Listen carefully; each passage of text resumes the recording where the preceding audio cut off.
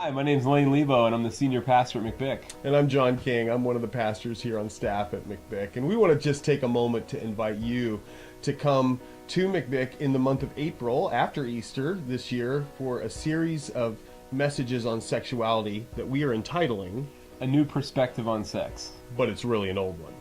And during this season of time, we're going to really talk about some issues around sexuality that are often not taken on by the church. And so we just specifically want to invite you to come.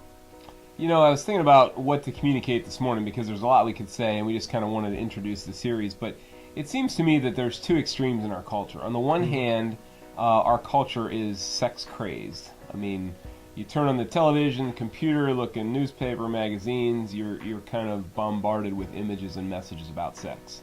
But then on the other hand, our culture also diminishes the value of sex, saying, well, sex really doesn't matter all that much. It's just something you do that affects yourself. As long as you're happy and fulfilled, your behaviors don't matter. And what we believe is the scriptures teach a very different message. That the scriptures teach that sex is important, that God created sex. He created it to procreate. He created it for our joy and fulfillment. We're told in Genesis that the two will become one.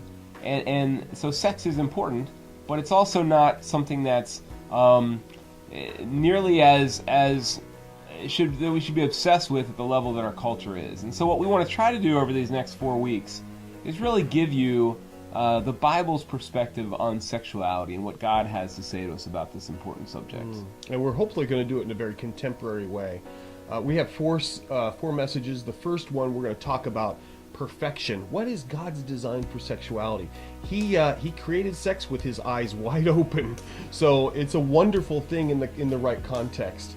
The second week we're entitling Unashamed, and we specifically want to invite people to bring any kind of iPad, tablet, iPhone, anything that they might access the internet with. I actually talked with somebody who said that they're going to bring their what's the thing that you called the hub for their internet access, and so their wireless hub. So I want to invite you to bring that on that week. That would be April 14.